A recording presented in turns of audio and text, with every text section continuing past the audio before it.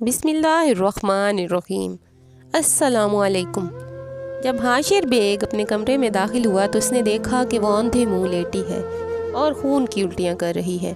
इसे कपड़े जूते तब्दील करना सब भूल गए थे। वो अपनी बीवी और आने वाले बच्चे की जान बचाने की फ़िक्र में पड़ गया था। वो इन्हीं कदमों वापस दौड़ा और मोहम्मद रफ़ीक ओए फ़ीके कहता हुआ ड्राइवर को आवाज़ें देने लगा, मगर बनाए गए प्रोग्राम के मुताबिक उसके ड्राइवर को पहले ही कहीं भेज दिया गया था और कॉल करने के नाम पर ड्राइवर का मोबाइल लेकर हाशिर की वालिदा ने अपने पास रख लिया था, ताकि अगर इसे कॉल की भी जाए तो उसके पास मोबाइल ना हो और वो वक्त पड़ने पर ना पहुंचे। और हाशिर की बीवी यूं ही तड़पते तड़पने अपनी जान दे दे। इसकी कोख में मौजूद बच्चा इस दुनिया में आने से पहले ही मर जाए। इसको इतनी ज़्यादा मिकदार में जहर दिया गया था कि अगर रेस्क्यू की एम्बुलेंस जल्द से जल्द भी पहुंच जाती तो भी अस्पताल जाने से पहले ही मलिहा रिजवान दम तोड़ जाती। जब हाशिर ज़ोर ज़ोर से ड्राइवर को आवाज़ें देता हुआ घर से बाहर की तरफ निकला तो चेहरे पर जाली तफक्कुर सजाए इसकी माँ भी इसके सामने आ गई और इसको बताया कि इसने ड्राइवर को कहीं भेज दिया है। हाशिर ने फ़ौरन ड्राइवर का नंबर मिलाया, मगर इसका मोबाइल हाशिर की वालिदा के पास था। मोबाइल के मुतालिक कोई बहाना कर दिया गया कि मुझे अपनी बहन से ज़रूरी बात करनी थी और मेरे मोबाइल में बैलेंस नहीं था, इसलिए रफ़ीक का मोबाइल मैंने रख लिया है।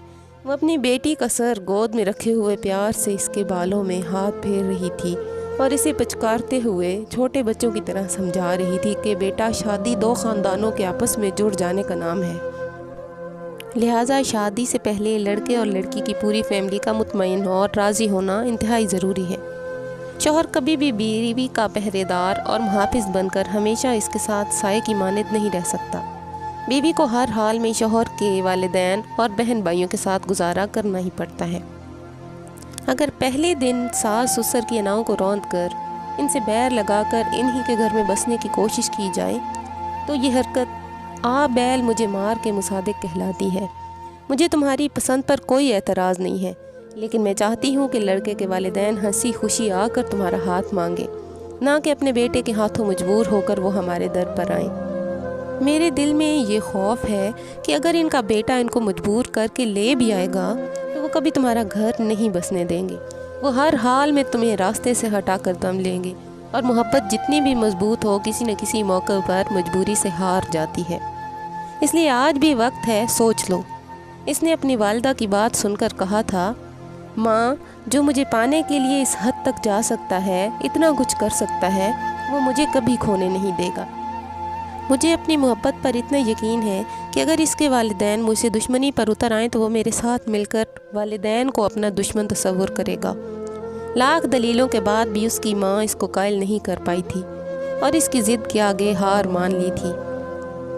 हाशिर अपने वालिदैन के हमरा मलिहा के घर में मौजूद था। वो लोग आज मलिहा का हाथ मांगने आए थे। इसके वालिदैन का चेहरा बता रहा था कि वो इस रिश्ते से बिल्कुल भी राज़ी नहीं है।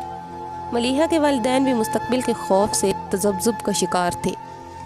इससे पहले कि वो कोई और फैसला करते, मलिहा और हाशिर को थोड़ा वक्त दिया गया ताकि वो आखिरी बार अपने फ़ैसले पर नज़रसानी कर ले। इनकी गैर मौजूदगी में हाशिर के वालिदैन ने बताया था कि वो इस रिश्ते से बिल्कुल भी खुश नहीं है, लेकिन इकलौते बेटे ने इनको धमकी दी है कि अगर वो मलिहा से इसकी शादी नहीं करेंगे तो वो अपनी जान दे देगा।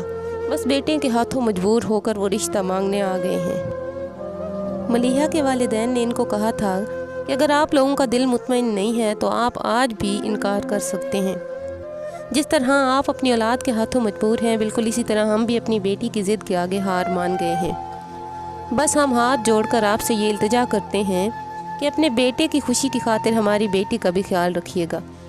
हाशिर के वालिदैन ने इस बात का जवाब नहीं दिया था, मगर फिर दोनों बच्चों की रजामंदी से इनकी मंगनी तय करवा दी गई। तुमने ड्राइवर का मोबाइल क्यों लिया? हाशिर तमाम अदब आदाब भूल कर अपनी माँ पर दहाड़ा था। इसे अपनी बीवी और बच्चे की फिक्र थी। वो उल्टे कदमों अपने कमरे की जानिब दौड़ा था। यहाँ मलिहा रिजवान का जिस्म साकित पड़ा था। इसने मलिहा को झंझोड़ा था, फिर मोबाइल फ़ोन पर रेस्क्यू टीम को कॉल करके बुलाया। अपनी मोहब्बत को यूं अपने हाथों में दम तोड़ता देखकर वो बर्दाश्त नहीं कर पाया। इसने मलिहा को अपनी बाहों में उठाया और बैरूनी गेट की तरफ दौड़ लगा दी। ملیحہ کی گردن ایک طرف کو ڈھلکی ہوئی تھی، اس کا وجود تقریباً ساکت ہو گیا تھا، بظاہر اس میں زندگی کی کوئی رمق باقی نہ تھی۔ آج حاشر دل میں دعائیں کر رہا تھا کہ کاش آج کوئی معجزہ ہو جائے، آج وہ بچ جائے، مگر شاید آج کوئی معجزہ ممکن نہیں تھا۔ بہت دیر بعد ریسکیو کی ٹیم پہنچی تھی، ملیحہ کی دھڑکن اور نبض چیک کر رہے تھے۔ حاشر غم کا مجسمہ بنے ان کے سر پہ کھڑا تھا۔ نکاح کے بعد وہ رخصت ہو کر اپنے محبوب کے گھر یعنی اپنے سسرال پہنچ چکی تھی۔ اس کو ساس کی طرف سے منہ دکھلائی میں یہ دھمکی دی گئی تھی، تم میری انا سے ٹکرائی ہو، تم نے مجھ سے میری اولاد چھینی ہے، میں تم سے تمہاری اولاد چھینوں گی۔ اس دھمکی کو ملیحہ نے صرف دھمکی اور وقتی غصہ سمجھا تھا، اس نے اس بات کا کسی سے ذکر تک نہیں کیا تھا۔ اس کے بعد اس کی ساس نے بھی کبھی اس سے کوئی تلخ بات نہیں کی تھی، اس لیے وہ اپنے سسرال کی طرف سے تھوڑی غیر محتاط ہو گئی تھی اور ان پر اعتبار کرنے لگی تھی۔ شادی کے بعد جلدی وہ امید سے ہو گئی تھی، بظاہر اس کے سسرال والوں کی طرف سے بہت خوشی کا اظہار کیا گیا تھا، مگر وہ نہیں جانتی تھی کہ خوش چہروں کے پیچھے کتنے مذموم مقاصد چھپے ہیں۔ کاش وہ اس وقت جان لیتی، ان لوگوں سے محتاط رہتی تو آج زندہ ہوتی۔ ملیحہ آج صبح سے طبیعت خراب اور گھبراہٹ کی شکایت کر رہی تھی۔ اس کی ساس نے اسے قہوہ بنا کر دیا، ابال کر ٹھنڈا کر کے دودھ پلایا، پھر فروٹ کھانے کو دیا۔ اس کے منہ کا ذائقہ پہلے ہی خراب تھا، اس بات کا اس کی ساس نے فائدہ اٹھایا، ان تینوں چیزوں میں زہر ملا کر اس کو پلا دیا۔ اس زہر نے جلد ہی اپنا اثر دکھانا شروع کر دیا اور ملیحہ نے اپنے محبوب کی باہوں میں تڑپ تڑپ کر جان دے دی۔ اس کی ساس نے اپنا وعدہ وفا کر دکھایا، ملیحہ سے اس کی اولاد اور اپنی اولاد دونوں چھین لی۔ حاشر چاہ کر بھی اپنے آنسوؤں پر کنٹرول نہیں کر پایا، ریسکیو ٹیم کے سامنے سسکیاں لے لے کر رونے لگ پڑا تھا۔